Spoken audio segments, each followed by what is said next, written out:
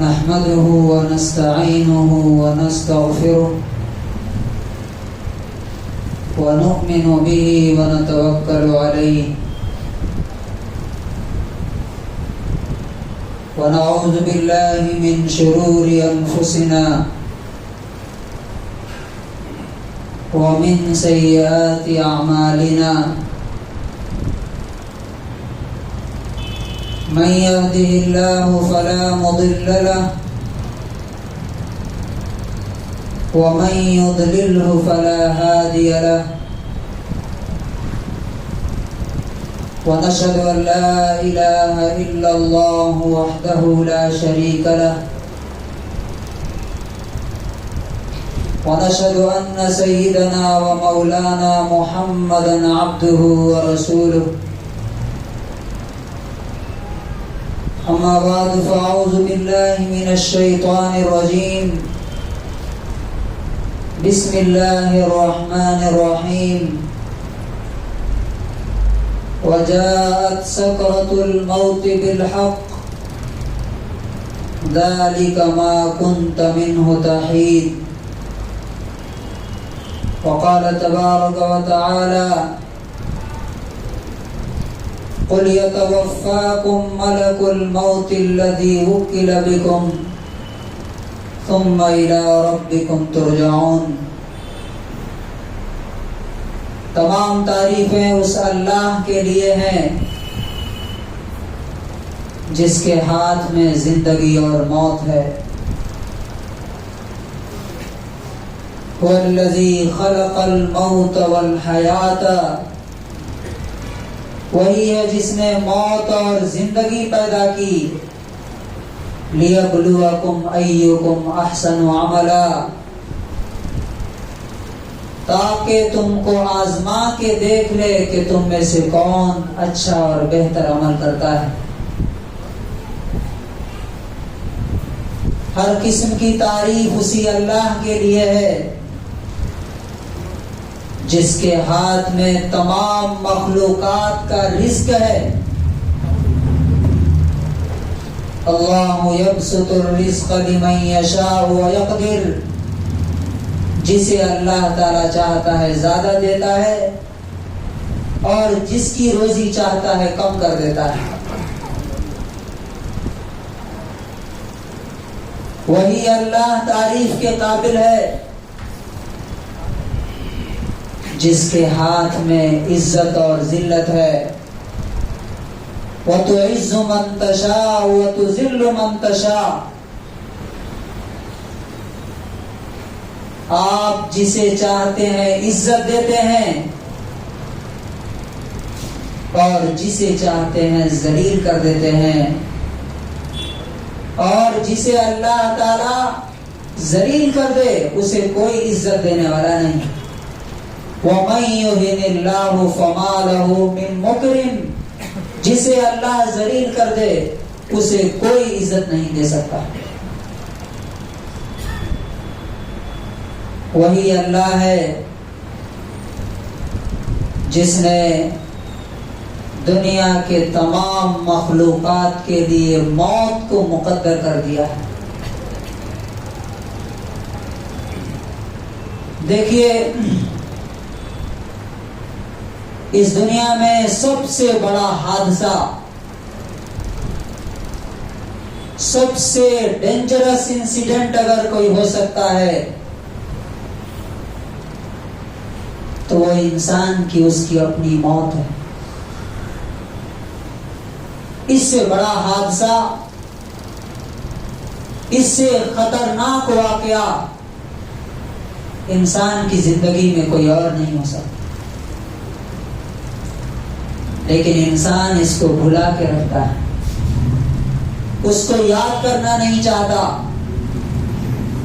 موت کا تذکرہ سننا نہیں چاہتا۔ کیوں؟ اس لیے کہ اسے معلوم ہے کہ موت کی یاد دنیا کی تمام لذتوں کو ختم کر دیتی ہے، تمام چیزوں کا مزہ بھلا دیتی ہے۔ حالانکہ رسول اللہ صلی اللہ علیہ وسلم نے فرمایا ترمذی کی 2307 نمبر حدیث ہے 2307. آپ نے فرمایا اکثروا ذکر ہادم اللذات. اے لوگوں،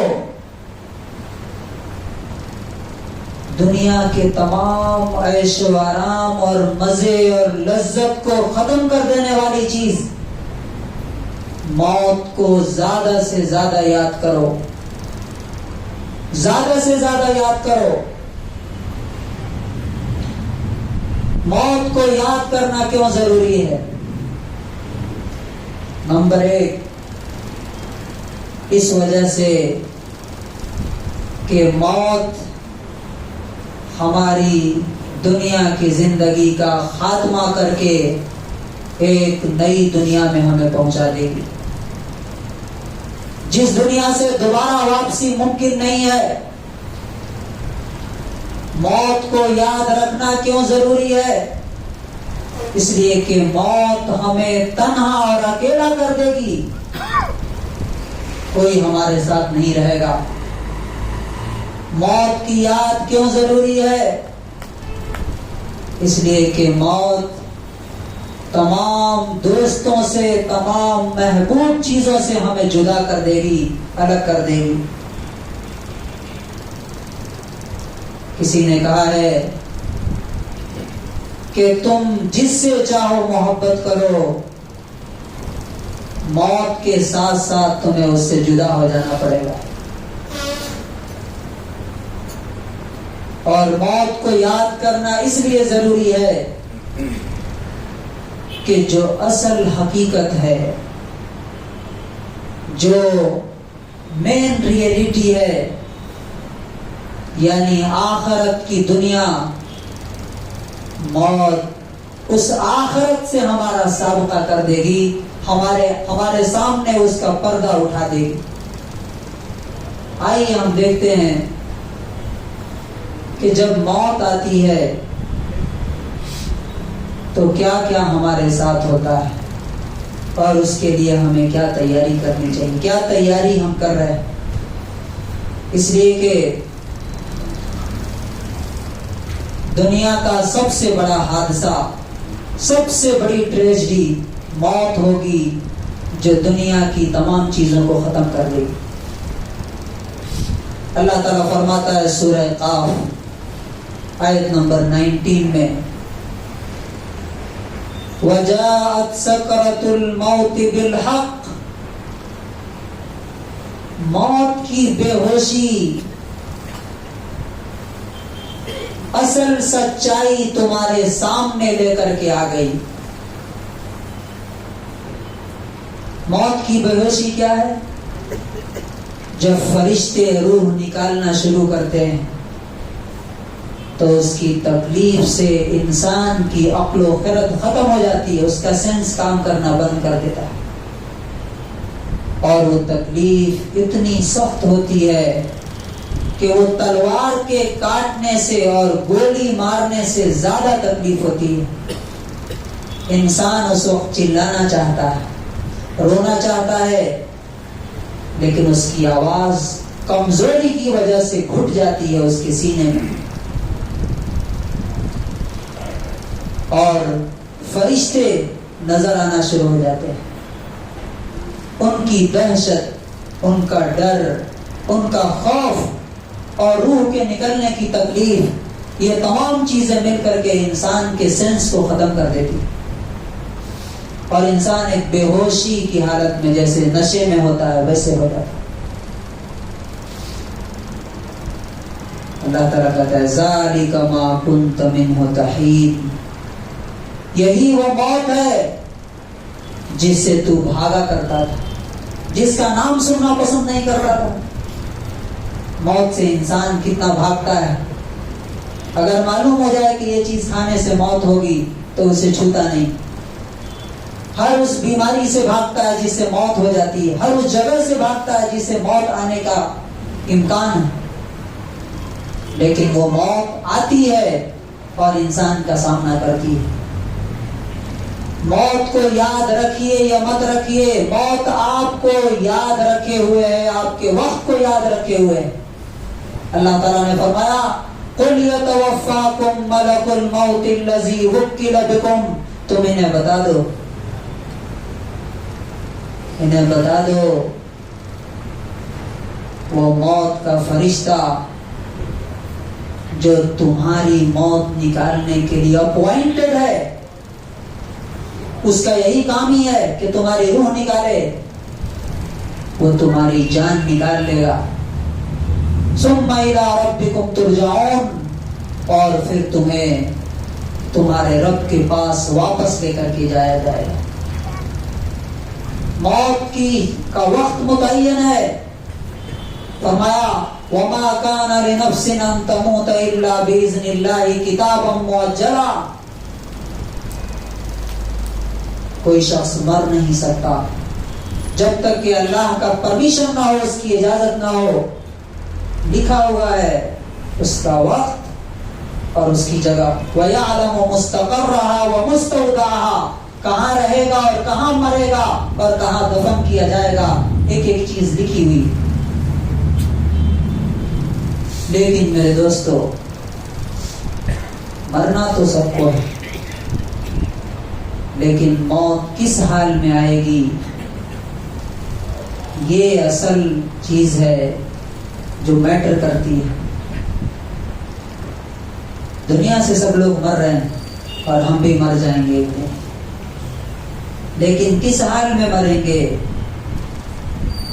نبی پاک صلی اللہ علیہ وسلم نے اس کی پوری ڈیٹیل ایک حدیث میں بتائی ہے،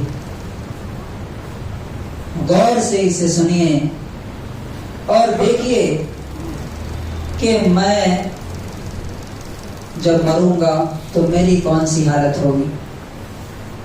یہ مسند احمد کی 18,557 نمبر حدیث ہے، 18557۔ نبی صلی اللہ علیہ وسلم فرماتے ہیں اذا كان العبد المؤمن في انقطاع من الدنيا واقبال من الاخرة، جب ایک نیک بندہ اللہ کا دنیا سے جا رہا ہوتا ہے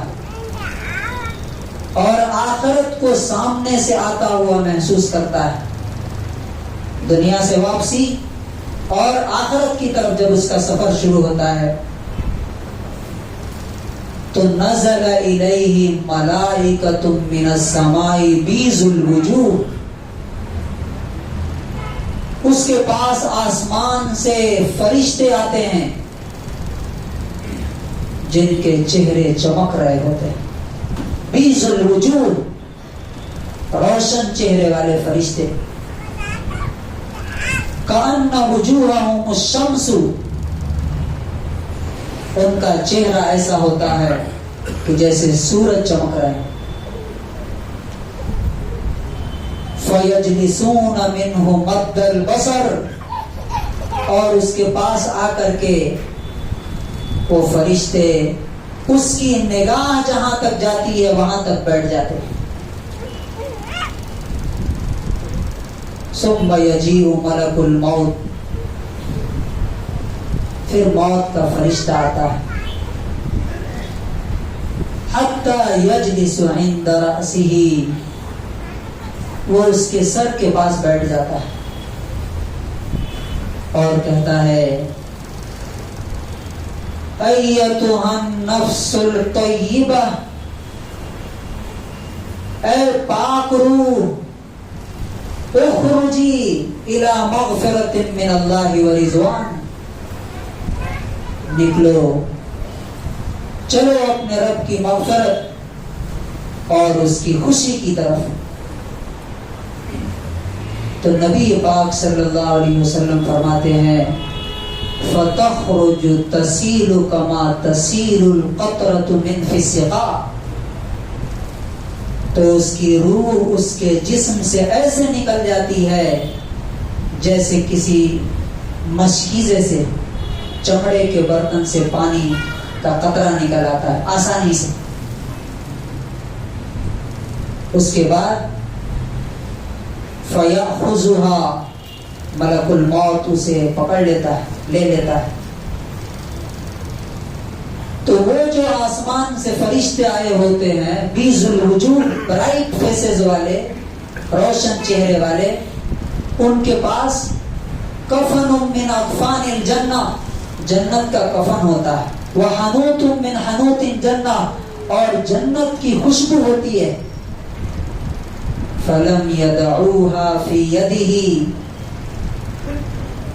وہ موت کے فرشتے کے ہاتھ میں اس روح کو چھوڑتے نہیں ہیں، طرفت عین، پلک جھپکنے کے برابر بھی ملک الموت کے ہاتھ میں اس روح کو چھوڑتے نہیں ہیں، اس کو فوراً اپنے ہاتھوں میں لے لیتے ہیں۔ فَيَجْعَلُوهَا فِي ذَلِكَ الْكَفَنِ، اور اس کو جنت کے کفن میں کفنا دیتے ہیں اس روح کو۔ وَفِي ذَلِكَ الْحَنُوتِ، اور اس خوشبو میں بسا دیتے ہیں۔ اور اس کے بعد نبی صلی اللہ علیہ وسلم فرماتے ہیں فَيَخْرُجُ مِنْهُ رِيحٌ كَأَطْيَبِ نَفْحَةٍ فِي الْأَرْضِ، اس سے ایسی خوشبو پھوٹتی ہے کہ دنیا میں کسی نے ویسی خوشبو نہیں سونگھی ہوگی۔ فَيَصْعَدُونَ بِهَا إِلَى السَّمَاءِ، اور اس کو لے کر کے آسمان کی طرف چڑھتے ہیں۔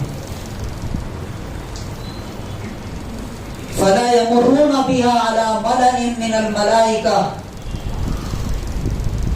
تو وہ فرشتوں کے جس گروپ سے گزرتے ہیں وہ فرشتے پوچھتے ہیں مَا هَذَا الرُّوحُ الطَّيِّبُ، یہ کون سی پاک روح ہے؟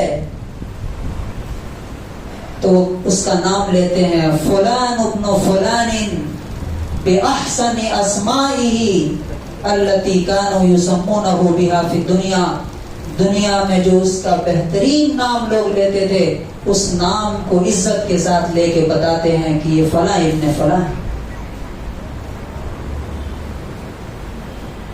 فَيَنْتَهُونَ بِهَا إِلَى السَّمَاءِ الدُّنْيَا، اس روح کو لے کر کے آسمان دنیا پر پہنچتے ہیں اور اس کو کھلواتے ہیں۔ جب اس کو کھلوا کر کے اوپر لے کے جاتے ہیں تو فَيُشَيِّعُهَا مُقَرِّبُوهَا إِلَى السَّمَاءِ الَّتِي تَلِيهَا، تو ہر آسمان کے فرشتے،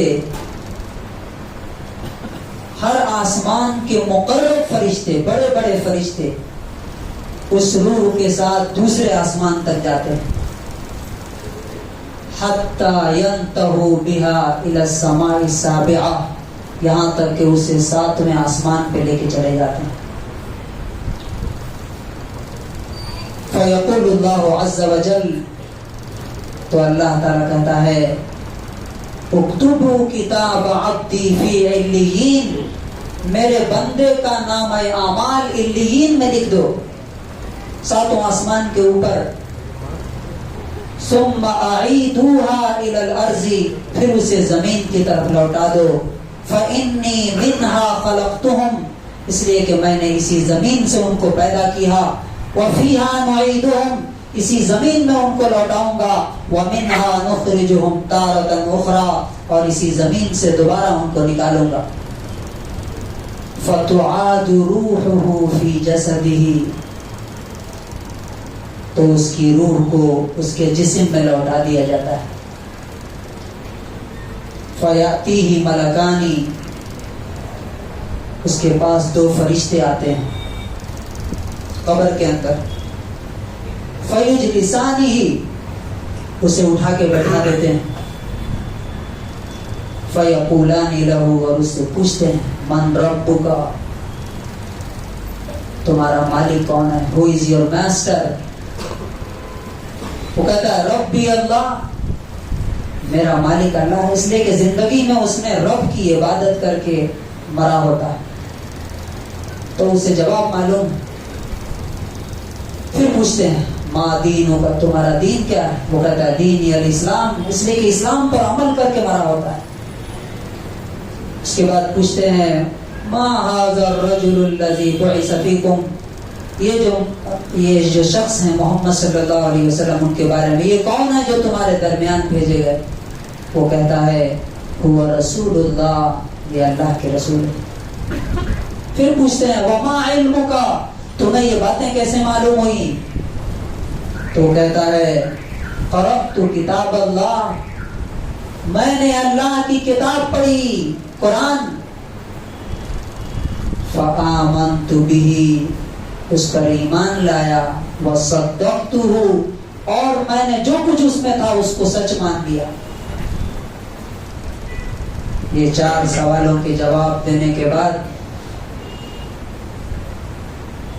ینادی منادی من السماء، آسمان سے آواز آتی ہے ان صدق عبدی، میرے بندے نے بالکل سچ سچ جواب دے دیا، پاس ہو گیا۔ دنیا کی زندگی میں گیا تھا امتحان کے لیے، یہ امتحان میں پاس ہو گیا۔ فافرشوہ من الجنہ، اس کے لیے جنت کا بستر بچھا دو۔ والبسوہ من الجنہ، جنت کا لباس، جنت کا ڈریس اس کو لا کے پہناؤ۔ وافتحوا له بابا الى الجنہ، اور اس کی قبر میں جنت کی طرف سے ایک دروازہ کھول دو۔ قبر میں جنت کا بستر بچھا دیا جاتا ہے، جنت کا لباس پہنا دیا جاتا ہے، اور جنت کا دروازہ کھول دیا جاتا ہے۔ فَيَأْتِيهِ مِنْ رَوْحِهَا وَطِيبِهَا، تو جنت کی خوشبو اور اس کی مہک برابر اس کے قبر میں آتی رہتی ہے۔ فَيُفْسَحُ لَهُ فِي قَبْرِهِ مَدَّ بَصَرِهِ، اور اس کی قبر کو جہاں تک اس کی نگاہ جا سکتی ہے، سوچی کہاں تک انسان دیکھ سکتا ہے، جہاں تک اس کی نظر جاتی ہے وہاں تک اس کی قبر کو چوڑا کر دیا جاتا ہے، وسیع کر دیا جاتا ہے۔ امیجن کیجئے کہ کتنا بڑا اس کا محل گویا کہ برزخ میں تیار کر دیا جاتا ہے۔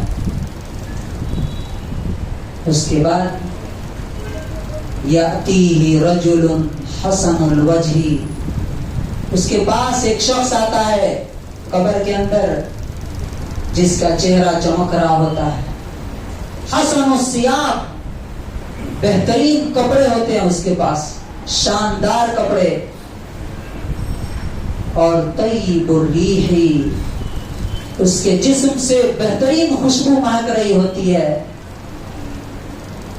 وہ آتے ہی کہتا ہے ابشر بالذی یسرک، تمہارے لیے گڈ نیوز ہے، تمہارے لیے خوشخبری ہے۔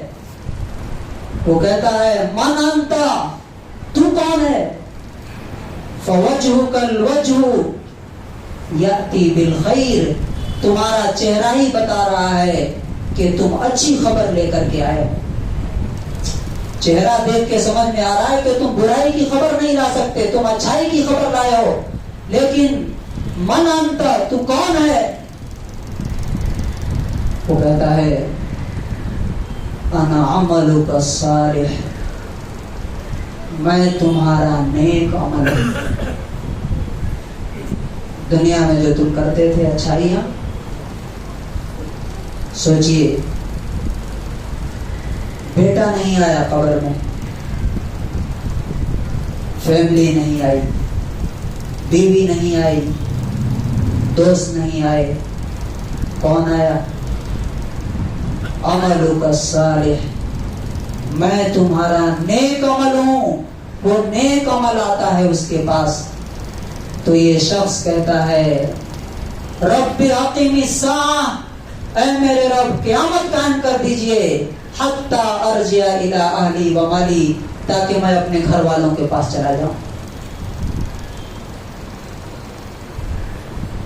میرے بزرگوں، یہ ایک موت ہے جو ان لوگوں کے پاس آتی ہے جو دنیا میں آخرت کو ٹارگٹ کر کے جیتے ہیں، اپنی موت کی تیاری کرنے کے لیے جیتے ہیں، جن کو پتہ ہے کہ یہ باتیں ہمارے ساتھ ہونے والی ہیں۔ ایک اور اس کی تصویر ہے، انشاءاللہ اگلے ہفتے ہم بتائیں گے کہ اگر کوئی شخص اللہ کو چھوڑ کے جیتا ہے، نہ نمازوں کی پرواہ، نہ حلال و حرام کی تمیز، وہ جب مرتا ہے، برا آدمی جب مرتا ہے تو اس کی موت کیسے آتی ہے، انشاءاللہ وہ اگلے ہفتے ہم دیکھیں گے۔ اللہ تعالیٰ سے دعا ہے کہ پروردگار عالم ہم لوگوں کو جو موت ہمارے پیچھے پیچھے آ رہی ہے اور جو ہمیں ایک نہ ایک دن پکڑ لے گی، اس موت کے لیے اپنے آپ کو تیار کرنے کی توفیق نصیب فرمائے۔ بارک اللہ لنا ولکم فی القرآن العظیم۔